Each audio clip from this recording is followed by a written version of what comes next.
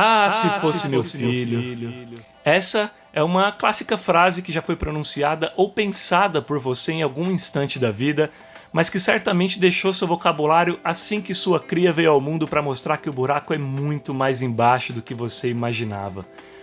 Quando nos tornamos genitores, descobrimos que, além de nós, nosso filho ganhou surpreendentemente e sem que autorizássemos um bom número de pais espalhados pela vizinhança ou até mesmo no hall familiar. É isso mesmo, mas calma. Esses pais geralmente não são os que carregam a responsabilidade legal em se importar com o término do leite ou das fraldas, ou menos ainda os que ficarão durante toda a madrugada no pronto-socorro sempre que o pequeno ficar doente. Afinal, esse papel é seu, meu amigo, minha amiga, e de uma forma bem à la pessoal e intransferível. No caso dessas pessoas, criadoras de filhos dos outros, a função que exercem é muito mais importante e difícil, como por exemplo, apontar o que na concepção delas é certo ou errado pro teu filho, falar qual roupa teu filho deve ou não usar, se é de frio ou de calor, se está provocativa ou recatada, se teu filho pode tomar sol ou entrar na piscina, se tal alimento engasga e com isso o que teu filho deve ou não comer e beber, se é certo ou não dar chupeta pro teu filho e em quais momentos, qual música teu filho deve gostar, qual time teu filho deve torcer, quais superstições teu filho deve seguir, mesmo que vocês pais nem acreditem nisso, se teu filho deve ser batizado na igreja católica ou apresentado na igreja evangélica, qual o melhor momento pro teu filho entrar na escolinha, se você deve ou não pegar teu filho no colo, porque isso tem também, acredite, qual remédio deve ser ou não ser oferecido pro teu filho, até porque pessoas com características como essa, de palpitar na criação do filho dos outros, também são, na maioria das vezes, as médicas da família da vizinhança, né? Enfim, pessoas que vêm para dizer o que deve ou não ser feito com teu filho. Tudo isso, segundo esses seres, é pelo bem da criança. Até porque você, pai ou mãe, não sabe o que é bom pro teu filho, né? E portanto, alguém precisa avisar você sobre situações óbvias. Afinal, vai que você mata o pequeno, não é mesmo? Ai, ai, me poupe, né?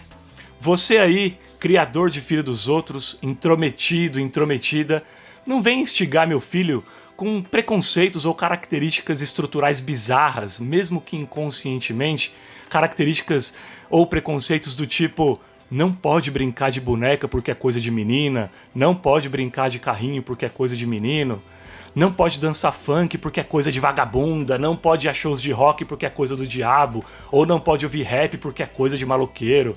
A menina tem que fingir que faz comidinha e o menino fingir que vai trabalhar, e blá blá blá blá blá. Também tem aqueles que disseminam ensinamentos ancestrais carregados de generalização, como tal religião é de Deus e só tem gente do bem, tal religião é do mal, é do diabo e só tem gente do mal. Ou estímulos, né, também levianos ao ódio e à intolerância quando resolvem, de repente, exercer sobre nossos filhos alguma influência negativa baseada em julgamentos de valor, dizendo barbáries como pessoas de direita são isso, pessoas de esquerda são aquilo, na maioria das vezes sem qualquer embasamento político, mas que sim acabam exercendo efeitos na cabeça da criança que tomam aquilo como sendo verdade por vir de um adulto. Mas aí eu pergunto, e vocês, papais e mamães, pensam iguais a esta pessoa que deu ou que dá esses pitacos na criação do teu filho? É de seu interesse que teu filho cresça com pensamentos similares aos dessa pessoa? Lembre sempre de que tudo isso quem decide somos nós, os pais, entendeu? Não permita influências que possam ditar funções importantes no caráter do teu filho e talvez colocá-lo no lado oposto ao que você acredita como sendo correto. Corte pela raiz qualquer conselho, entre aspas, que não considerar adequado ao teu pequeno, porque como já disse, a criança realmente absorve.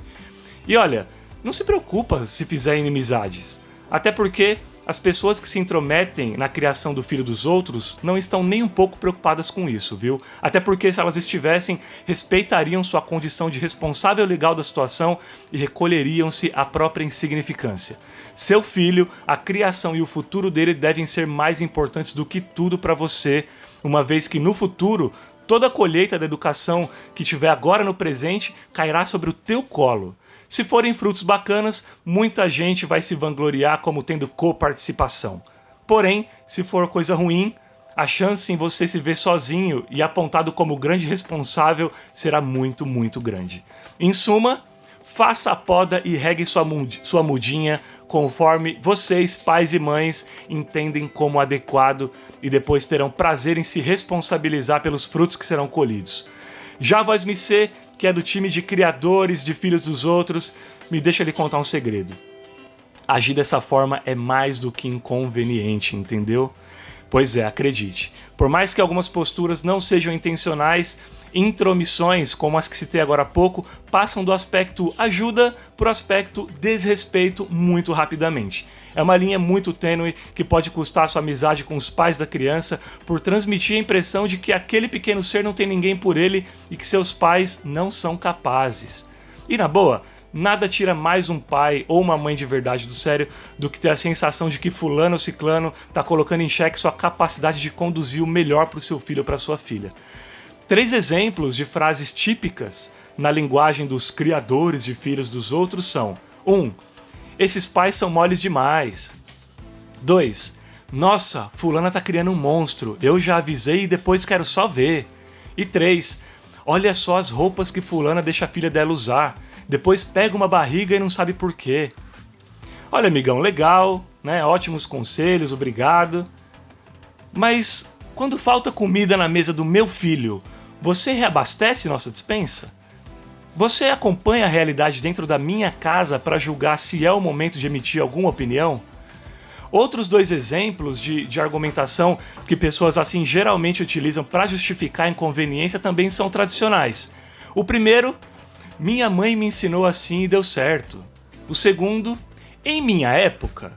Ah, o tal em minha época, né? Isso é tão retrógrado, né, gente? Além disso, o tempo passa rápido e hoje em dia as gerações são renovadas quase no tempo de uma Copa do Mundo de 4 em 4 anos. Não dá pra criar ninguém em 2020 baseado no que se aprendeu em 1950. E isso não é arrogância, é constatação da realidade. Quem aqui conhece algum ser que, entre aspas, né, deu certo ou foi feliz baseado em experiência dos outros? Eu aceito sugestões, mas eu acho difícil que apontem algum exemplo realmente efetivo. Ninguém aprende nada com a bagagem dos outros.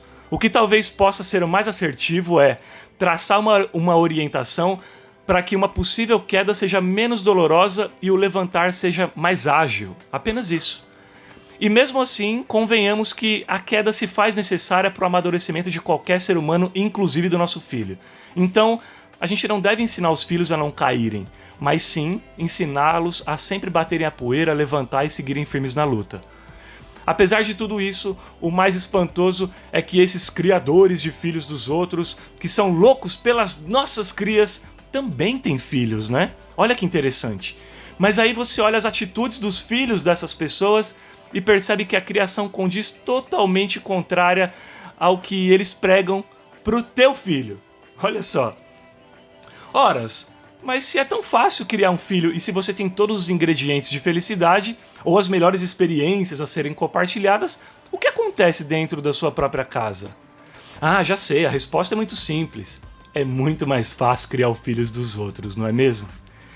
Filhos devem ser o reflexo de um espelho que vem dos pais ou das pessoas responsáveis por sua criação, e esse sistema se modifica apenas na fase adulta do descendente, quando ele já estará emancipado e terá asas suficientes para poder voar e tomar as decisões que julgar conveniente para o seu futuro a partir de então.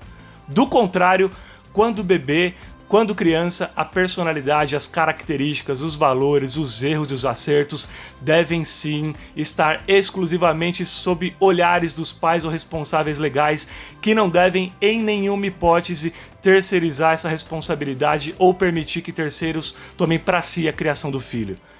Embora tenhamos todos uma personalidade que vem desde a gestação e que futuramente pode acarretar em problemas ou soluções à própria vida, independentemente do que lhe foi ensinado, é certo que todos nascemos com o HD zerado. É como se fôssemos um computador que não tem programas instalados, então nossos pais vão instalando esses programas e moldando a máquina da maneira como eles acharem melhor. Se o computador é meu, eu instalo o que eu quiser e o que eu identificar como sendo melhor para a sobrevivência do aparelho. Não é o vizinho quem deve manusear o meu computador, até porque eu não me intrometo no dele. Claro que vale frisar uma coisa: existem aquelas pessoas que consideramos do time de bem-vindos, né? Pessoas que possuem certo aval para auxiliar nas instruções do nosso filho, até devido todo amor incondicional, ajuda real e energia positiva que emanam para nós e para os nossos pequenos. Isso também existe. Estou falando dos avós, tios, padrinhos e até alguns amigos mais íntimos, por exemplo. Porém, esse carinho e anuência não podem em nenhum momento serem confundidos com a própria criação em si. Lembrem-se, os outros brincam e fazem guti-guti. Eu crio. Meu filho, minhas regras.